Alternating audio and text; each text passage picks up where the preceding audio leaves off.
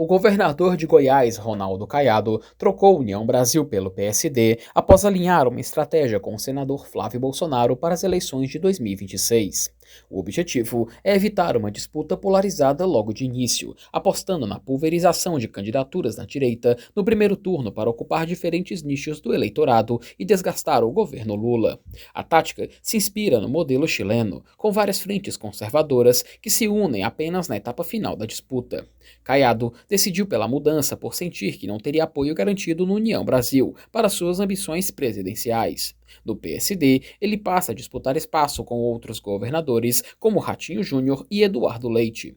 Embora não tenha promessa de candidatura exclusiva, o movimento foi visto pelo clã Bolsonaro como essencial para fortalecer o campo de oposição e testar novas lideranças antes da convergência definitiva contra o PT.